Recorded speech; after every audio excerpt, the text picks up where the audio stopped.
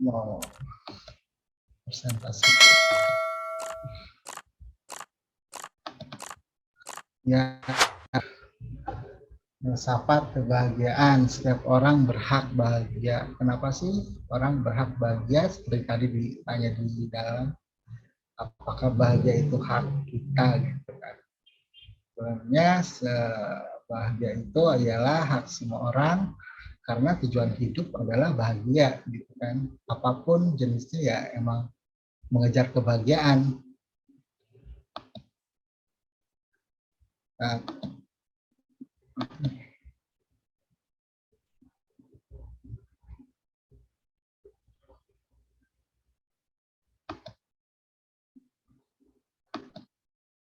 ya baik, menuju apa sih hakikat kebahagiaan? Kalau ditinjau dari para filsuf dan pemikir agama, jadi kebahagiaan itu adalah hidup yang baik, hidup yang sehat, hidup yang senang, hidup yang menyenangkan, terus berkembang secara baik, dan tidak hanya sebatas emosi saja. Menurut kalau diinterpretasikan dalam bahasa Yunani, bahagia itu kayak eudaimonia, seperti apa sampai sekarang dibuat adalah kebajikan etika. Pengertian bahagia menurut Kamus Bahasa Besar Indonesia adalah keadaan atau perasaan senang, tentram, bebas dari segala yang menyusahkan di dunia dan di akhirat. Dan bahagia juga berarti hidup penuh keberuntungan. Jadi atas dasar pengertian ini, bahagia ialah perasaan ketika seorang merasa nyaman, tenang, hatinya damai, dan tanpa beban. Lalu secara neuroscience atau neurologi, neuropsikologi, manusia bahagia itu berupa emosi yang menghasilkan hormon endorfin. Apa itu endorfin? Endorfin adalah hormon yang dihasilkan untuk kebahagiaan. Di sini juga ada, sebenarnya ada 3 hormon lagi seperti dopamin, terus serotonin, oksitoksin. Kita terjemahkan dopamin dulu, merupakan hormon sekaligus neurotransmitter di dalam sistem saraf pusat yang berkaitan dengan sensasi yang menyenangkan, pleasure, dan berguna untuk proses belajar, sistem motorik, dan daya ingat. Hormon ini juga memiliki peran yang sistem memotivasi dan reward otak yang teraktivasi saat tubuh melakukan kegiatan yang menyenangkan. Salah satunya misalkan mengkonsumsi sebelum makan. Terus serotonin. Serotonin serupa dengan dopamin, yaitu hormon yang ada di neurotransmitter yang berfungsi mengontrol suasana hati atau mood. Jadi serotonin membantu sistem pencernaan, siklus tidur yang misalkan jam biologis ya kalau kita sebut ya, apa siklus tidur misalkan bangun dan tidur sesuai dengan aturan karena kebiasaan gitu kan. Serotonin karena pembiasaan, nafsu makan, kemampuan belajar, memori hingga fungsi otak. Penelitian terbaru menunjukkan bahwa bakteri di usus juga menghasilkan hormon serotonin dan stimulasi sel-sel. Jadi berlanjut oksitoksin.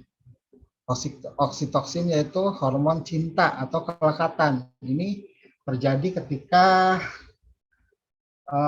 pasca melahirkan. Kenapa sebayi itu harus didekat oleh ibunya? Itu agar ibunya mengeluarkan hormon oksitoksin, gaya kelekatan, gaya cinta. Jadi yang baby blues itu ya memang terapinya itu disuntik hormon oksitoksin. Jadi beberapa penelitian terbaru menyebutkan bahwa oksitoksin juga berperan mengatur sistem kekebalan tubuh, proses penyembuhan hingga penerimaan rasa sakit. Dan endorfin, tadi ya endorfin berfungsi sebagai pereda nyeri alami yang produktif oleh tubuh. Hormon ini juga memberikan efek relaksasi saat tubuh mengalami stres, yaitu yang diakibatkan kortisol, menghadapi kondisi yang tidak nyaman. Jadi diimbangi dengan endorfin. Endorfin tidak hanya dikenal sebagai pereda nyeri. Jadi sekarang merujuk pada filsafat, pengertian kebahagiaan menurut Aristoteles, ternyata Aristoteles berpendapat bahwa kebahagiaan memiliki komponen-komponen, jadi tidak sendiri. Jadi di sini ada kebahagiaan karena kesehatan, kekayaan, nama baik, olah budi atau berpikir.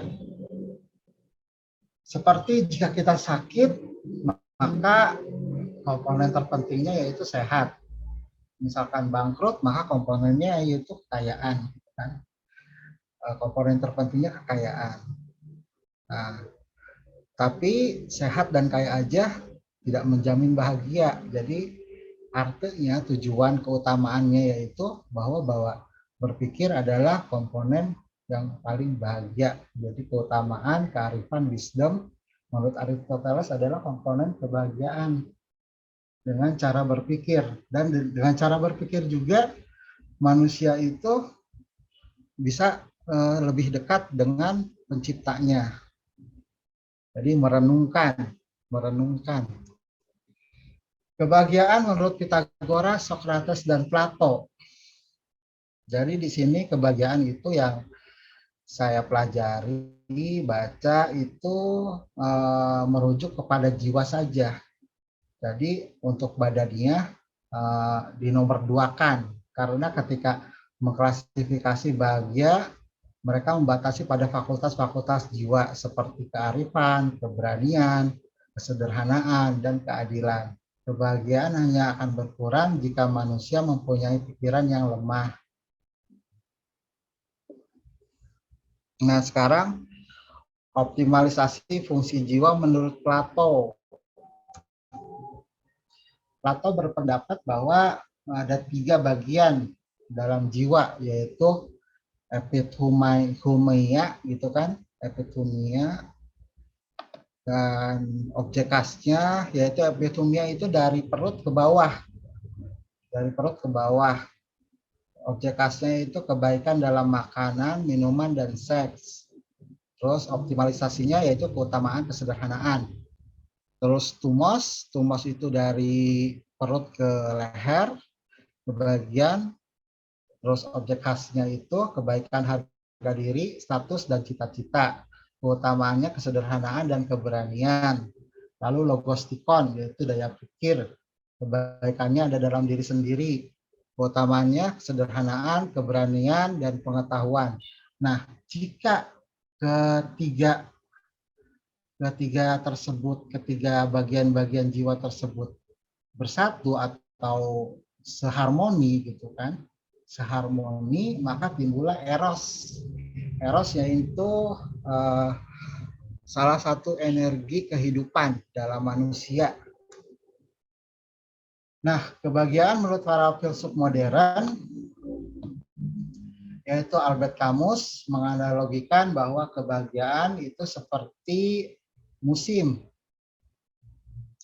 Kehangatan dalam diri pribadi, bahagia bagaikan hati seperti musim semi. Bagai kapanpun, dimanapun, ketika salju turun pun, jiwa bahagia akan menghangatkan diri dan sekitarnya. Jadi orang yang bahagia itu orang yang bisa bahagia dalam diri sendiri dan lingkungan sekitarnya. Jadi membahagiakan orang lingkungan dan sekitarnya. Gitu kan. Ada apa ya istilahnya, sinar-sinar cahaya matahari gitu. Paparan filsuf bahagia dimaknai dengan iklim positif di mana seorang mencukupi penuh dengan rasa cinta dan pada segala hal. Dan dengan ini merasakan kepuasan yang mencukupi sehingga ia merasa tidak lagi membutuhkan apa-apa lagi. Nah, di sini kebahagiaan. Menurut Mahatma Gandhi yaitu sangat simpel. Seperti kebahagiaan itu seperti apa yang kamu pikir, apa yang kamu katakan, bicarakan, apa yang kamu lakukan itu sesuai, seharmoni. Menurut Jean-Jacques Rousseau, setiap orang ingin bahagia. Tapi untuk bisa bahagia, ia harus tahu apa itu bahagia. Sebenarnya bahagia itu apa? Pasti ada banyak persepsi. Tapi menurut sekarang pada kebagian menurut para psikologi ya, menurut psikolog ada Eric Fromm di sini bermazhab Frankfurt, psikolog Jerman, psikolog sosial. Dia itu karyanya itu tulisannya terpengaruh oleh Karl Marx dan Freudian, lalu Darwin. Dia memandang kebahagiaan itu sebagai suatu prestasi yang dibawa oleh keproduktivitasan seseorang, bukan dari pemberian, maksudnya di sini sesuatu yang lebih tinggi gitu ya. Jadi kebahagiaan bukan suatu kepuasan dari fisiologik, psikologik, bukan pula pembebasan dari ketegangan, melainkan iringan segenap aktivitas produktif dalam pikiran, perasaan, dan tindakan. Intinya, kebahagiaan merupakan indikasi bahwa manusia telah menemukan jawaban dari masalah eksistensinya tentang keberadaannya. Jadi, seperti siapa dirimu, siapa kamu, gitu kan. Jadi bukan pada nama, tapi lebih kepada sudut filosofisnya. Jadi relasi produktif potensialnya kemudian secara serentak menjadi satu dengan dunia dan memelihara integritas dirinya. Jadi kebahagiaan menurut Eric Fromm adalah kriteria dari keunggulan dalam seni hidup, sama seperti Lao Tzu. Lalu ini ada kebahagiaan dari Abraham Maslow. Dari Abraham Maslow ini ada hierarki kebutuhan pendiri humanistik ya. Jadi manusia yang bahagia itu bisa memenuhi beberapa kebutuhan dasar, kebutuhan rasa aman, sosial, penghargaan diri, aktualisasi diri, dan pada akhirnya itu kebutuhan peak experience yang menghasilkan peak experience atau pengalaman puncak. Di sini menurut Maslow, kebahagiaan itu bukan kita berleha-leha, tapi justru dicari. Jadi bukan bersantai-santai, dan kebahagiaan itu seperti menaiki gunung gitu. Setelah naik gunung ke atas, kita melihat sunrise, nah disitulah kebahagiaan. Keindahan bercampur menjadi satu, dan itu adalah back experience. Jadi tujuan kebahagiaan yaitu kebahagiaan adalah motif dasar dari segala sesuatu yang kita kerjakan. Sepakat nggak? Sepakat ya. Setiap perbuatan yang digerakkan oleh keinginan, pemuasan keinginan disebut dituju atau dikendaki paling sedikit sebagai satu unsur dalam keseluruhan kebahagiaan kita.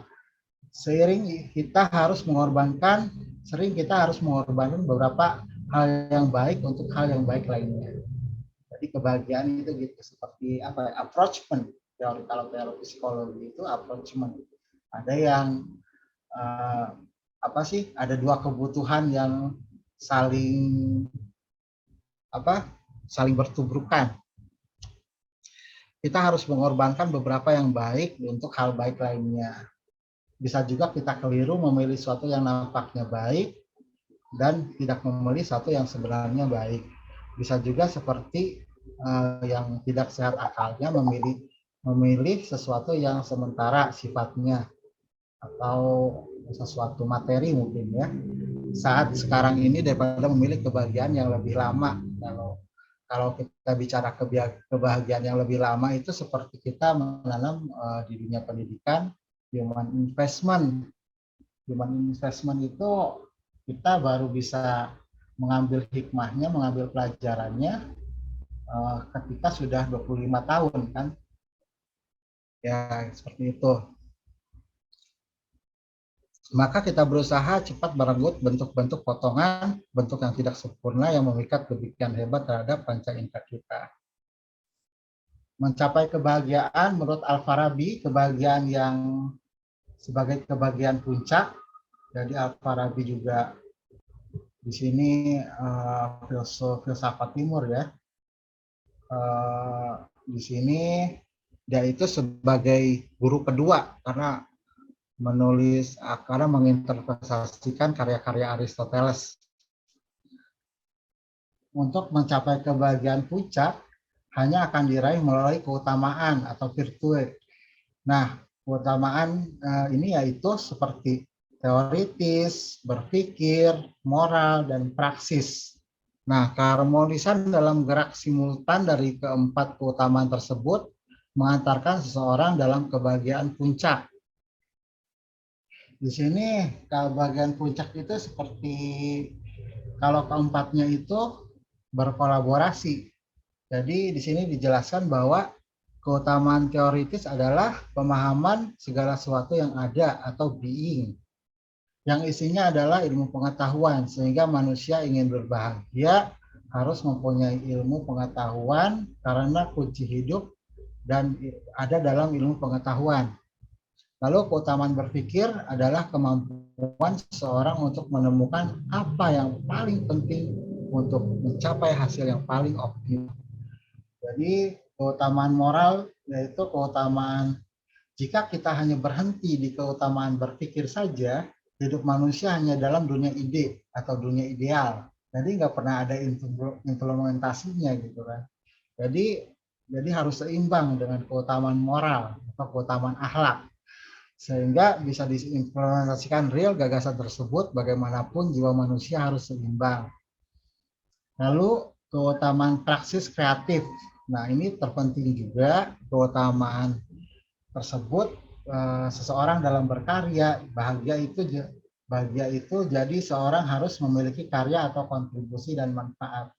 Nah, di sini itu seperti misalkan udah teorinya benar, keutamaan berpikirnya bagus, cerdas, keutamaan moralnya baik, akhlaknya baik, dan keutamaan praksis kreatifnya ada.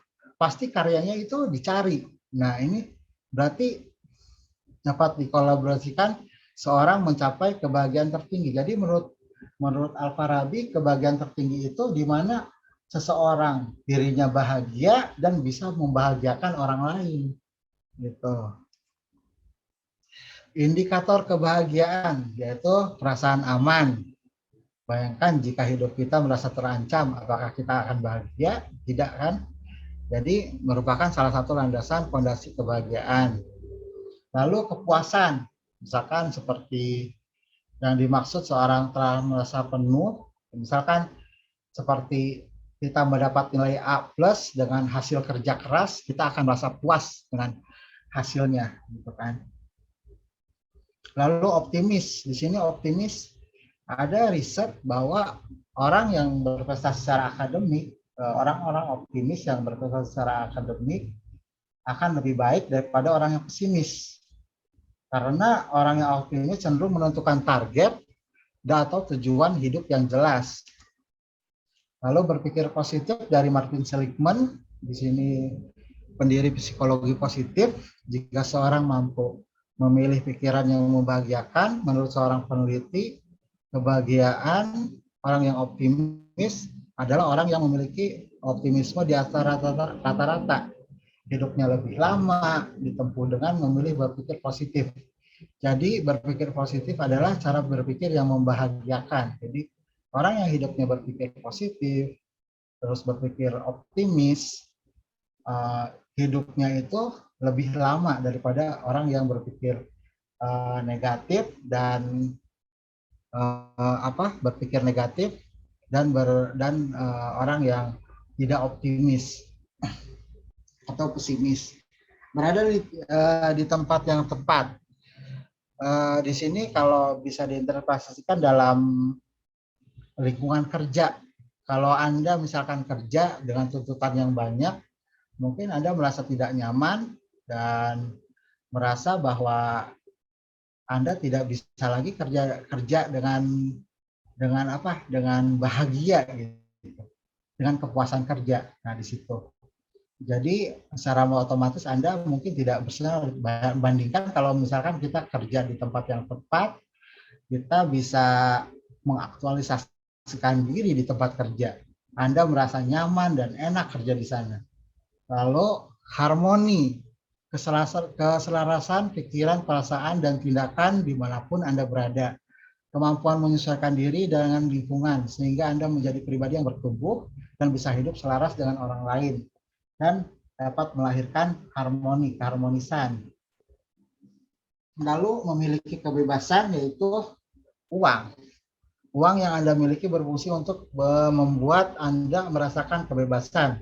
Misalkan kebebasan dari kecemasan finansial, bebas mengejar yang Anda mau, bebas mengambil resiko, bebas berutang, dan bebas memberikan kepada seorang yang Anda ingini. Bagaimana sih cara menggapai sukses, yaitu menggapai kebahagiaan? Bagaimana cara menanggapi kebahagiaan? Jadi di sini ada dua dimensi, yaitu dimensi fisik. Dimensi fisik dibagi dua lagi. Lalu ada kebahagiaan berdimensi spiritual. Jadi berkaitan dengan diri kita sendiri, yaitu dimensi fisik, yaitu seperti sabar, syukur, dan kesederhanaan. Yang berkaitan dengan hubungan kita dengan orang lain, yaitu kasih, bahasa universal ya, cinta, cinta kasih, memberi, giving, dan memaafkan. Terus kebahagiaan yang berdimensi spiritual yaitu berkaitan dengan Tuhan, seperti beribadah, doa, usaha, sabar, dan pasrah. Surrender, yang terpenting itu surrender, karena cara Tuhan bekerja gitu kan berbeda gitu. Apa yang kita inginkan, kadang-kadang kita harus ikhlas, harus pasrah dulu, baru secara lambat laun itu dan berpikir positif, lalu kayaknya terwujud. Dan terwujud. Saya berkali-kali seperti itu, dan memang menurut pengalaman saya terwujud gitu. Pasrahan itu memang penting. Dari kesimpulannya yaitu dari hasil kajian yang dipaparkan di atas bahwa kebahagiaan menjadi tujuan hidup bagi siapapun. Kebahagiaan bermakna bagi suatu kondisi di mana seseorang menyenangkan, gembira tanpa tekanan, suasana damai. Kebahagiaan ini bisa disebut sebagai hasil hubungan harmoni antara seorang dengan dirinya, atau seorang dengan samanya, dan seorang dengan Tuhannya. Ciri kebahagiaan yang dapat dirasakan seorang yang memiliki rasa puas, berada dalam tempat yang tepat, optimis, berpikir positif, harmoni, dan damai. Yang keempat, cara yang tadi yang dijelaskan, 7 langkah mencapai kebahagiaan, yaitu langkah pertama berhubungan dengan diri sendiri, yaitu sabar, syukur, dan sederhana. 3 langkah kedua yaitu berhubungan dengan orang lain, yaitu kasih, memberi, dan memaafkan. Langkah terakhir yaitu berhubungan dengan Sang Pencipta, dengan kita beribadah, berdoa, usaha, sabar, dan pasrah. Baik, mungkin itu saja pemaparannya tentang kebahagiaan. Mungkin ada yang harus didiskusikan. Mbak Melisa, Mama enggak? Tular ya boleh ya, baik, kita sudah tadi menjelaskan tentang kebahagiaan, ya boleh ditularkan. Kebahagiaan itu tolong tularkan kepada yang lain. Kalau di film Pay It Forward itu kan, coba tularkan pada ketiga orang aja dulu deh kebahagiaan itu, nanti tiga orang itu ke tiga orang lagi, dan supaya tidak yang bahagia itu bukan diri kita sendiri, tapi orang lain pun ikut bahagia gitu. Nah, jadi yang merasakan bahagia itu banyak orang. Itu aja. Terima kasih.